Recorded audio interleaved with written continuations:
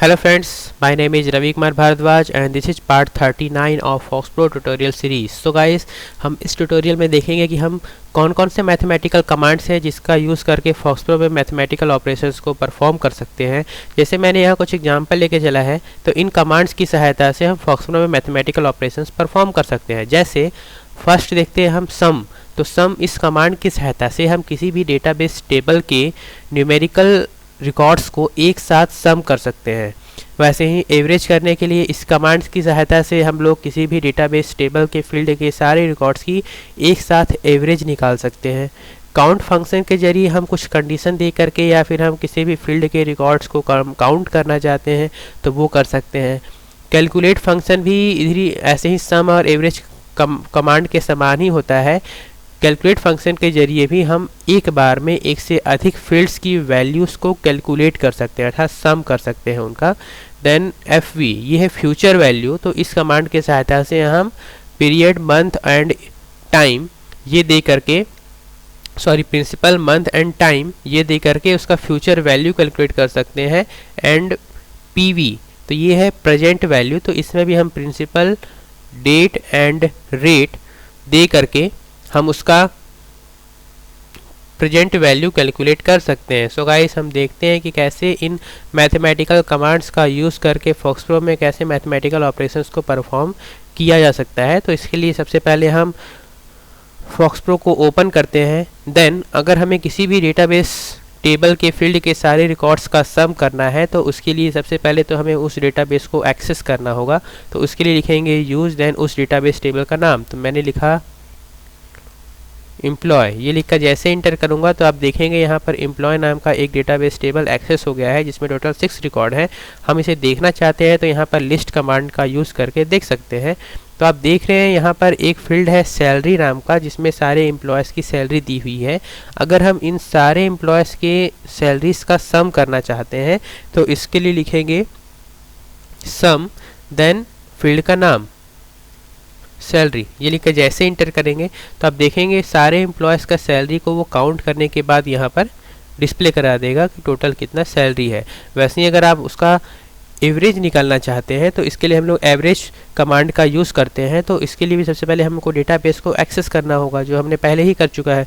तो इसके बाद उस फील्ड के सारे रिकॉर्ड्स का, सारे नंबर्स का एक साथ एवरेज निकालना है। तो इसके लिए हम लिखेंगे एवरेज,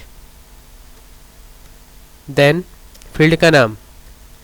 ये लिखकर जैसे इंटर करेंगे तो वो सारे फील्ड के जितने भी एम्प्लॉयज़ हैं उनके सैलरी का जो भी एवरेज होगा वो एवरेज यहाँ पर डिस्प्ले करा देगा।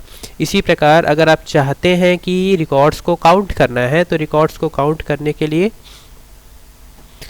हम लिखेंगे काउंट फॉर सैलरी। जैसे मैं कंडीशन देना चाहता हूँ, मैं चाहता हूँ कि उन सभी के रिकॉर्ड्स को काउंट करके बताया कि टोटल कितने रिकॉर्ड्स हैं जिनका सैलरी ग्रेटर देन है 1000 से। तो हम ऐसे लिखेंगे, देन इंटर करेंगे तो वो सभी को काउंट करेगा और यहाँ पर टोटल ऐसे 5 रिकॉर्ड्स हैं जिनका जो सैलरी है वो 1000 से ग्रेटर है।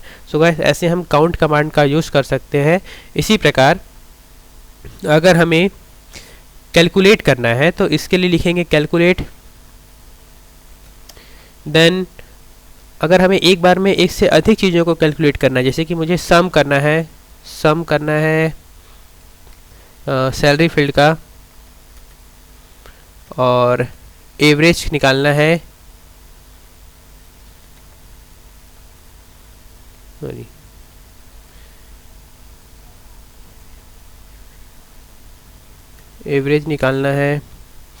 सैलरी फील्ड का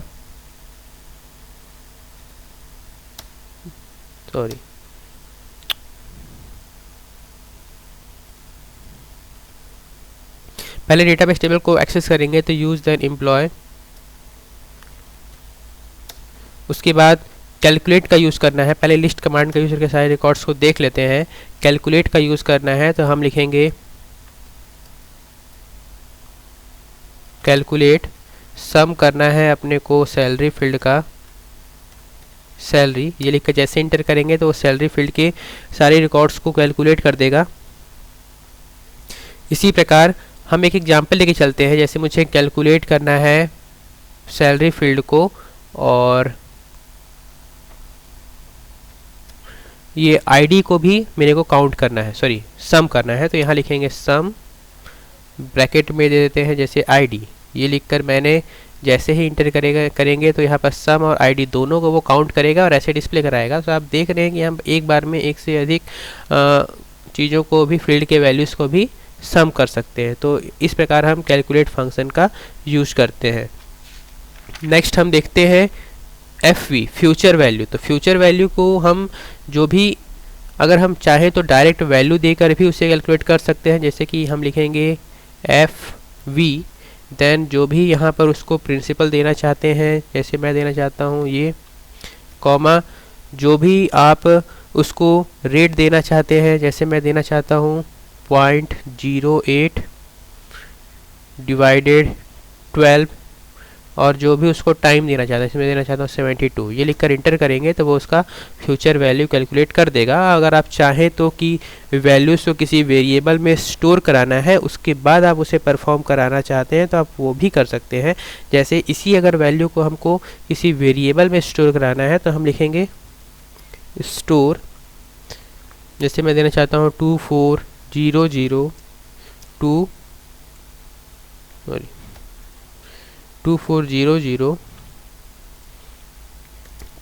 पी नाम का एक वेरिएबल है जिसके अंदर मैं स्टोर करना चाहता हूँ 2400 को।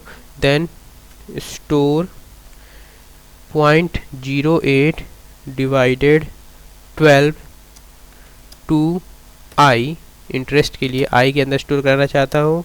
वैसे ही स्टोर 72 टू पी, ये पी के अंदर स्टोर करना चाहता हूँ।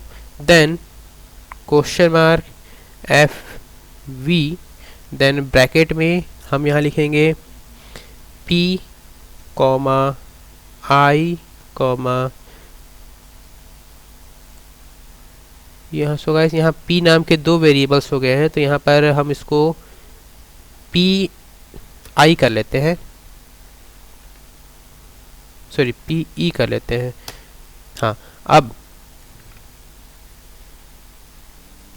अब हम यहाँ लिखेंगे क्वेश्चन मार्क, देन FV, उसके बाद P, I, PE। ये लिख के जैसे ही इंटर करेंगे तो वो उसको कैलकुलेट करेगा और देन यहाँ पर उसका आउटपुट को डिस्प्ले करा देगा। सो गाइस ऐसे हम वेरिएबल्स का यूज़ करके भी फ्यूचर वैल्यू को कैलकुलेट कर सकते हैं। वैसे ही अगर हमें प्रेजेंट वैल्यू कैलकुलेट करना है, तो अगर इन्हीं वैल्यूज़ का प्रेजेंट वैल्यू कैलकुलेट करना है तो यहाँ पर FV के जगह में हम PV लिखकर इंटर करेंगे तो वो उसका प्रेजेंट वैल्यू कैलकुलेट करेगा और यहाँ पर डिस्प्ले करा देगा। या फिर हम चाहें तो इसे भी डायरेक्ट वैल्यूज़ दे करके भी कैलकुलेट कर सकते हैं। जैसे कि हम यहाँ पर देना चाहते हैं पेमेंट 2400, यहाँ पर हम देना चाहते हैं इंटरेस्ट 08 डिवाइडेड 12, और यहाँ पर पीरियड देना चाहते हैं 72। देन लिखकर इंटर करेंगे तो यहाँ पर आप देख रहे हैं उसका फ्यूचर वैल्यू डिस्प्ले करा देगा, सॉरी प्रेजेंट वैल्यू डिस्प्ले करा देगा। सो गाइस हम ऐसे डायरेक्ट वैल्यूज़ दे करके भी या फिर किसी वेरिएबल में वैल्यूज़ को भी पास करा के आउटपुट को डिस्प्ले करा सकते हैं। So guys hope you enjoy it and please subscribe to my channel and thank you for watching this video. Bye.